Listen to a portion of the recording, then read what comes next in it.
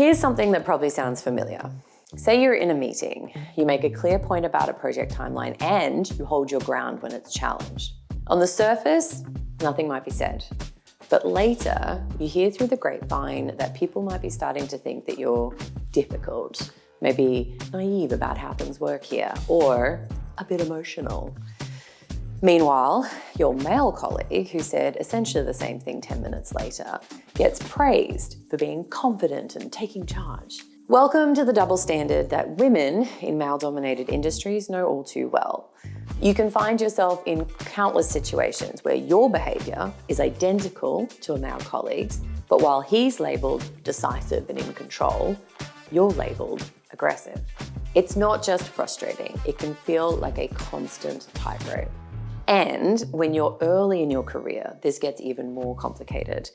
You might feel like you don't actually have a right to make a strong point, demand an outcome, or give clear instructions. You can almost hear that unspoken, "Who do you think you are?" I'm Tanya Andrews, and over the past decade, I have worked with hundreds of women across industries such as construction, mining, energy, and tech, who have navigated this exact challenge. But here's the thing. Sometimes, in the moment, you do need to be decisive and directional. You need to push for an outcome, cut through noise, or just make a call. And honestly, that urge to be clear and firm comes from a completely valid place. It's frustration, because you haven't been heard, you're feeling disempowered because decisions are being made without your input, you're feeling invisible because contributions aren't being acknowledged, or maybe stuck because the same roadblocks keep appearing. These feelings are valid. And here's the reframe. Taking action in response to those feelings is not automatically aggression. If you deliver it with clarity, calm, and respect, that's assertiveness. And it's a strong step in the direction of leadership. So in this video, I'm going to give you tools to be clear, firm, and respected without tipping into aggression or playing small. Now, before we can practice being assertive, we need to get crystal clear on what it actually looks and sounds like, and just importantly, what it doesn't. Now, the fear that you might have around how far is too far, what's appropriate exactly, basically comes from this blurring of assertiveness with aggression. Now, being assertive means you respect yourself and you respect others. Okay, so you're clear about what you need, but you're not dismissive or rude about it. Aggression, on the other hand, is when you prioritize getting your way over everything and everyone else. You might dismiss other people's concerns or come across as sort of forceful and emotional. Now, submissive, on the other hand, is when you downplay what you need. Maybe you over-apologize for everything, or you just stay really vague so people don't even know what you're asking for. Now, here's something important to understand if you're early in your career. Without a well-developed communication style, it's easy to swing between submissive and aggressive, especially when you find yourself under pressure. You know, you might stay quiet for weeks and then explode when you've just had enough, or make rash decisions, which is not a good idea. Or you might over-apologize for everything and then suddenly demand an outcome without setting the right context. So just take a second and consider this. Where do you naturally sit on this behavioral range? Like, does it change depending on whether you're speaking to your peers or people more senior than you or clients? Or maybe it's about how high the stakes are in any given conversation. Once you know where you sit, the next step is having practical kind of go-to strategies so you don't have to rely on instinct alone. There are ways to hold your ground and communicate clearly even when things get tense. One of the easiest ways to avoid awkward, high-pressure moments is to actually set the tone before the conversation or the meeting even starts. You do this by signaling your intention and creating a natural boundary up front so that when you assert yourself later, it feels completely in flow. You've set the expectations. So try like a signposting statement, such as, "I'll run through these 3 points and then I'm happy for discussion." Or you can time box it. So say something like, "Give me 2 minutes uninterrupted and then I'm going to open it up." This is especially valuable early in your career because preempting is a low-risk way to assert your voice without waiting for the conflict to actually happen. You're not being demanding, you're being organized and professional. But Even with the best preempting, you're still going to find yourself in situations where you need to speak up or maybe push back or make a clear request. And that's where having structured frameworks in your back pocket makes all the difference. So these formulas make it easier to be clear and assertive without tipping into what others might perceive as rude or aggressive. And they stop you from scrambling for the right words in the moment. So the first framework I want to share with you is really simple. When you need to address something, you just follow this pattern. Describe what's happening, explain why it matters, and then make a clear request. So this sounds like when delivery dates slip, it impacts our ability to meet the client's deadline because the rest of the project can't move forward without your component. I need confirmation we'll receive it by Friday as agreed. Keep it short, factual, focused on solutions, not blame. So this works because it keeps emotions and personal interpretations out of the conversation. So the focus stays on the facts at hand and really practical next steps. So this brings down the risk of others getting sidetracked by assumptions about maybe what your motivations or intent are.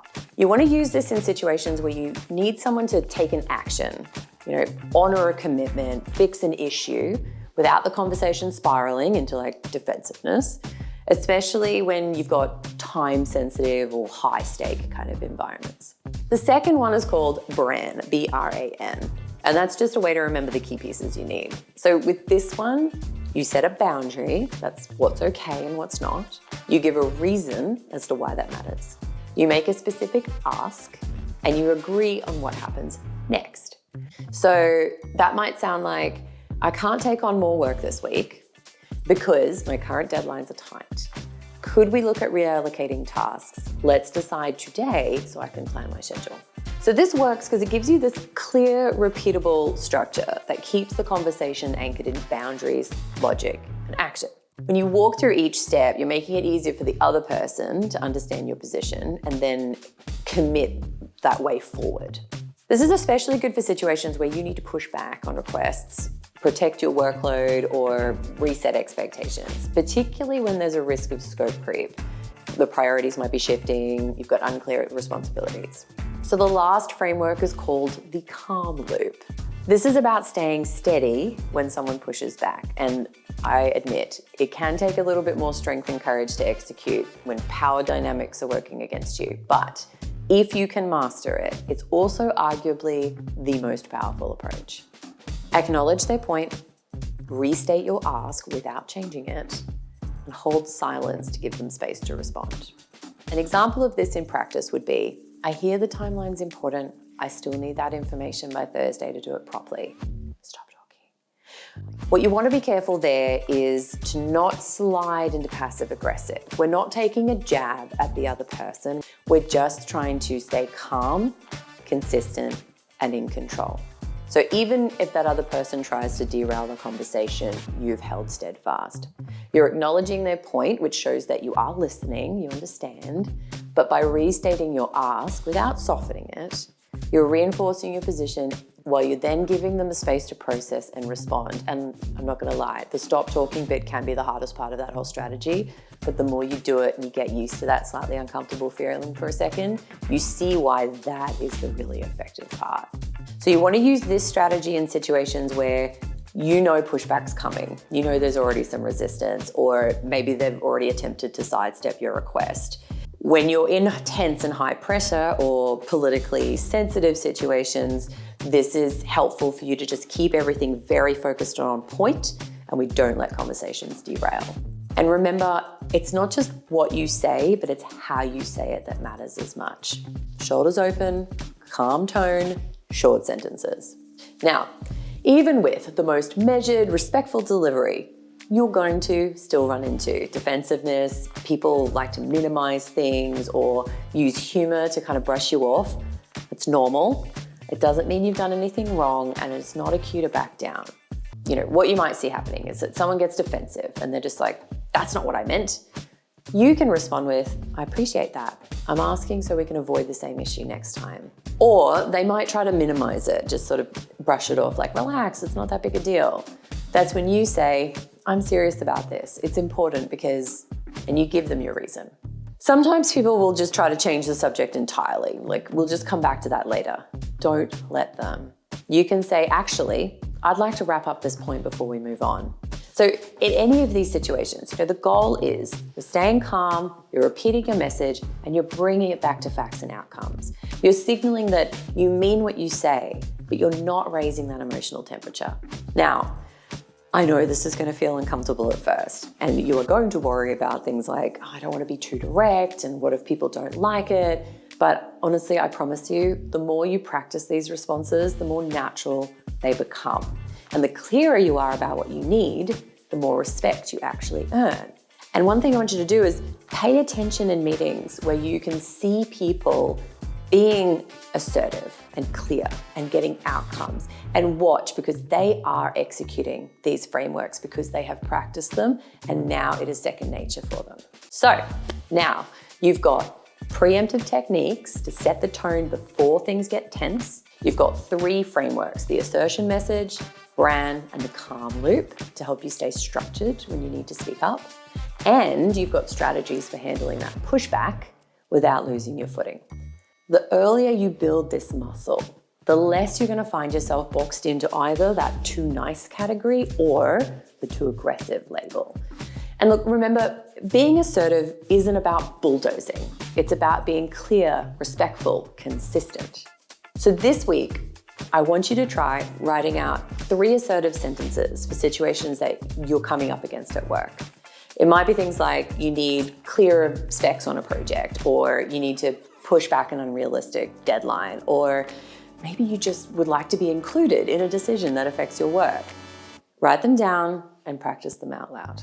I've also left a free download in the description. It's a set of rephrasing scripts that help you take statements that you're not sure if they're sort of submissive or maybe aggressive, and brings them into being assertive instead. Remember, you have every right to be heard, respected, and taken seriously at work. Being assertive is not about being difficult, it's about being professional and getting it done. You've got this.